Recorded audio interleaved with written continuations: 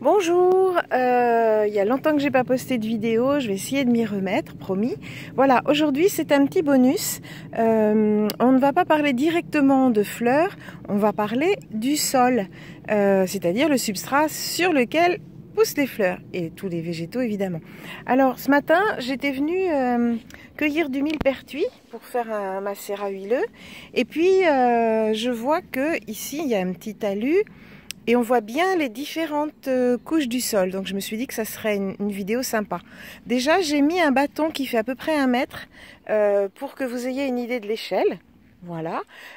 Et on va regarder comment se décompose ce sol. Vous voyez que sur le dessus, il y a une couche qui est très mince, qui fait quoi, 5-10 cm d'épaisseur, qui est assez foncée. Et puis, quelque chose d'ocre un peu. Ensuite, on passe à du beige plus clair et on revient à de l'ocre. Voilà. Du coup, on se dit, il y a peut-être des choses qui sont différentes dans ces 4 parties. Alors, le dessus, c'est vraiment la couche superficielle qui est brunie parce que il y a des racines et puis il y a des plantes et puis il y a et puis surtout la pluie qui le mouille, et donc du coup on va essayer de regarder. Alors tout ça c'est de la roche tendre, hein, on voit bien, et même décomposée, et c'est ce qui fait le sol en se mélangeant à tout ce qui peut être à la surface. Alors voilà, vous voyez ce que je fais. Vous voyez pas, voilà. Je prends ça dans mes mains et j'essaye de voir s'il y a des grains plus ou moins épais. Alors à la sensation, et vous voyez aussi, les grains là, on les voit. D'accord? On les voit, ça veut dire qu'ils sont assez épais pour qu'on les voit. Mais ils collent un petit peu quand même, il y a une partie qui colle un petit peu quand même à la peau. Alors moi je dirais que c'est sablo-limoneux. Alors je ne sais pas en termes de composition chimique, mais en termes granulométriques, le sable, ce sont des grains qui sont supérieurs à 2 mm. Et le limon, c'est entre 2 microns et 2 mm. Et ces sables et ces limons, certainement, ils ont été apportés, ce sont des alluvions, ce sont des résultats de décomposition de roches qui ont dû être apportés ici. Je ne suis pas du tout une spécialiste en géologie, hein, mais enfin j'imagine. Plus en dessous, là, c'est beige plus clair. Voilà.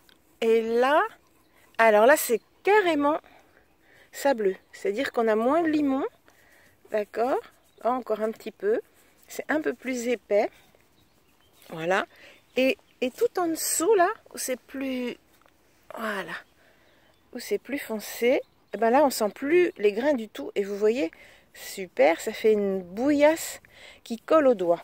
Et bien là, on est dans la couche d'argile.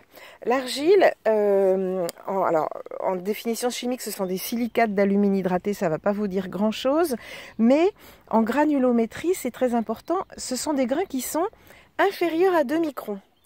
Alors, ça veut dire quoi? Ça veut dire que dans le sable, comme les grains sont gros et donc ils sont un peu plus écartés, l'eau passe. Donc quand vous avez un sol sableux, il n'y a pas d'eau dessus. Et d'ailleurs, ici, on voit qu'on est sur du sable. On a l'impression qu'on est sur une plage d'ailleurs. Bien qu'il ait beaucoup plu ces derniers jours, et bien l'eau a pénétré et donc on n'a pas de flaque d'eau. Et par contre, comme l'argile a des grains qui sont extrêmement fins, et ben ça bloque l'eau. Alors du coup, vous avez, quand il y a de la pluie par exemple, ça descend jusqu'à la couche d'argile et là ça bloque et ça peut faire une source ou des rivières souterraines. Voilà. Donc quand vous avez un sol argileux en surface, ça va vous faire des flaques d'eau et de la bouillasse. Ça va être très compliqué à travailler. Quand vous avez du sable, eh ben, c'est beaucoup plus meuble puisque l'eau pénètre et que donc vous n'avez pas de flaques et d'eau qui reste en résiduel. Voilà. Alors, la science des sols, si ça vous intéresse, ça s'appelle la pédologie.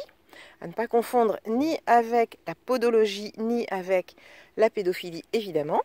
C'est vraiment très intéressant parce que, bien évidemment, tout le couvert végétal, forestier et même les sols sur lesquels vous faites pousser vos tomates, eh bien, c'est extrêmement important de savoir de quelle nature ils sont. Alors là, j'ai parlé vraiment de composition granulométrique, j'ai pas parlé de chimie. J'étais nulle en chimie à la fac. Donc voilà, c'est ce que je voulais vous dire ce matin. Je vais essayer de reprendre les vidéos un peu plus souvent. Je vous embrasse et je vous souhaite une très bonne journée. À bientôt.